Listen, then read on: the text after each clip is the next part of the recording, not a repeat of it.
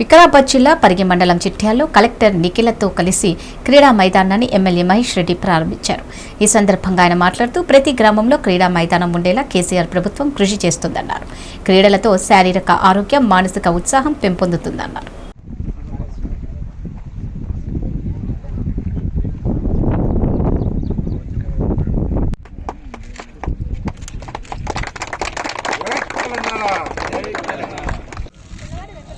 చేతులు పెట్టక